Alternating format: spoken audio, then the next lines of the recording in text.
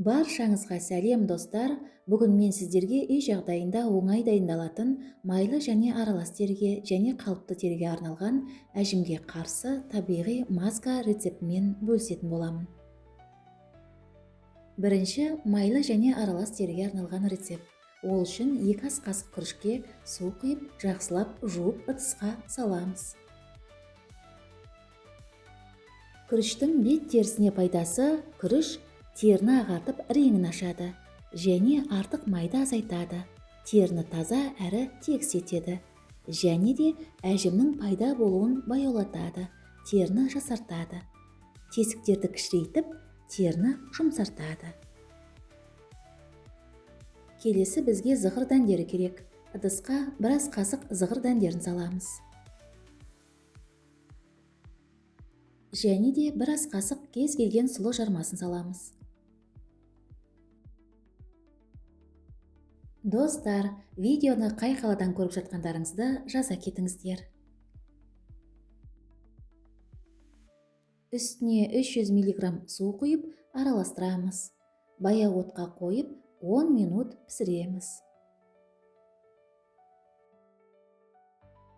Зығыр дәндерінің пайдасы: теріні тереңінен ылғалдандырады, әжімдердің пайда болуын баяулатады және де теріні сергітіп тегістейді.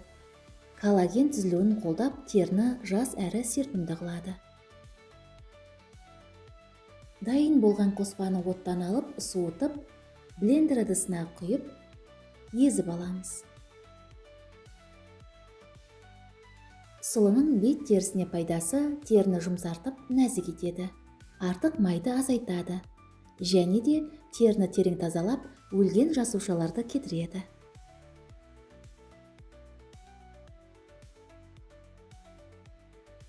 Достар, менің каналыма жазылыңыздар. Мұнда сізге керекті рецепттер табатыныңызға сенімдімін.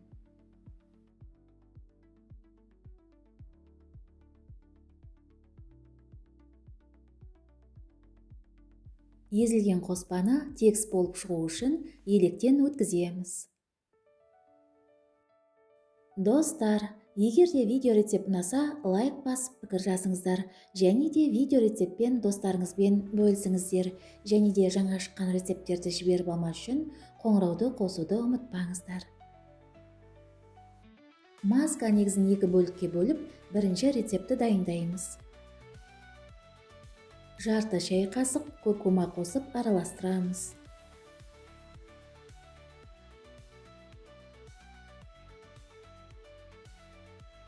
Куркуманың пайдасы: қара дақтар мен пигментацияны азайтады және де теріні жаңартып, жас әрі жарқын қылады.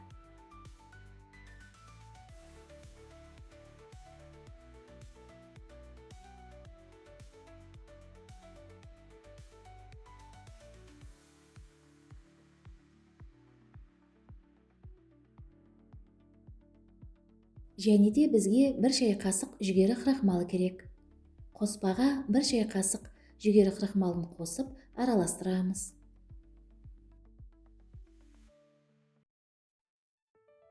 Жүгері крахмалы теріні жұмсартып тегіс етеді, әжімдердің алдын алып, теріні серпімді қылады.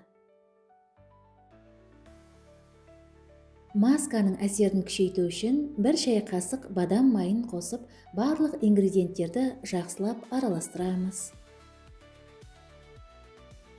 Бадам майы бет терісі үшін нағыз табиғи ылғалдандырғыш. Ол теріні терең нәрлендіріп жұмсартады, сонымен қатар әжімдердің алдын алып қызаруды басады, теріге табиғи жарқырау сыйлайды.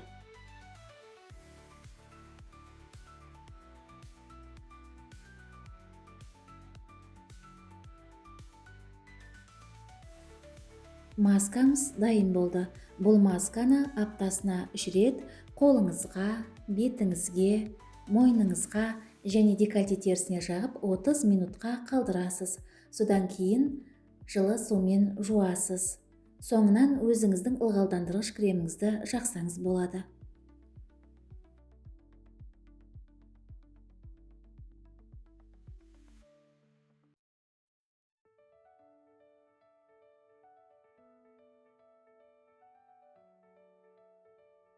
Қалған масканы шыны ыдысқа құйып тоңазытқышта 1 аптаға дейін сақтауға болады.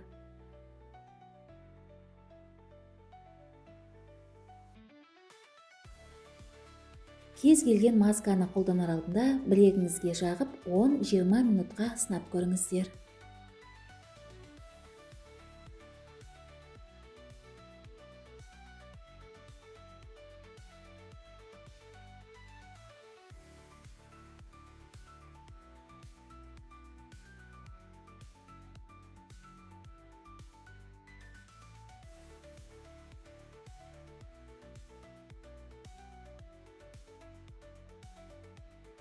Екінші рецепт қалыпты және құрғақ терге арналған.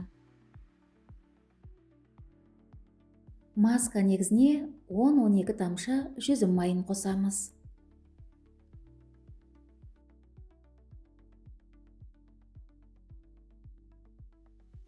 5 тамшы лаванды майынан және 5 тамшы жасмин майын қосып, барлық ингредиенттерді араластырамыз. Жүзім майы бет терісі үшін өте жеңіл әрі пайдалы май. Ол тез сіңіп, теріні ылғалдандырады, әжімнің алдын алып, серпімділік береді.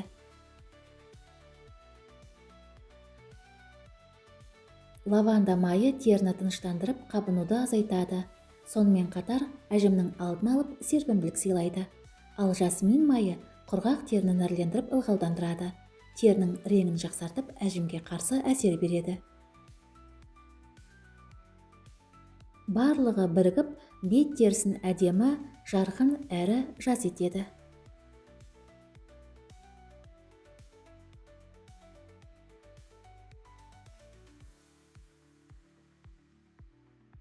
Бұл масканы да аптасына 3 рет қолыңызға, бетіңізге, мойныңызға және декольте терісіне жағып 30 минутқа қалдырасыз.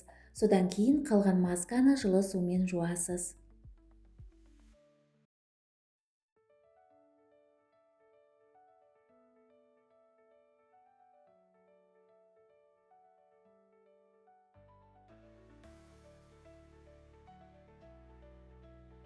Масканы шыны ыдысқа құйып тоңазытқышта 1 аптаға дейін сақтауға болады.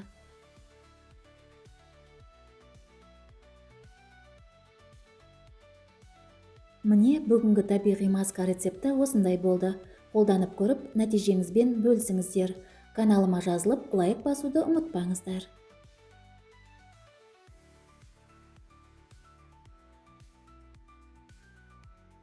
Көргеніңізге рахмет, сізге денсаулық, жастық және сұлулық тілеймін. Келесі кездескенше.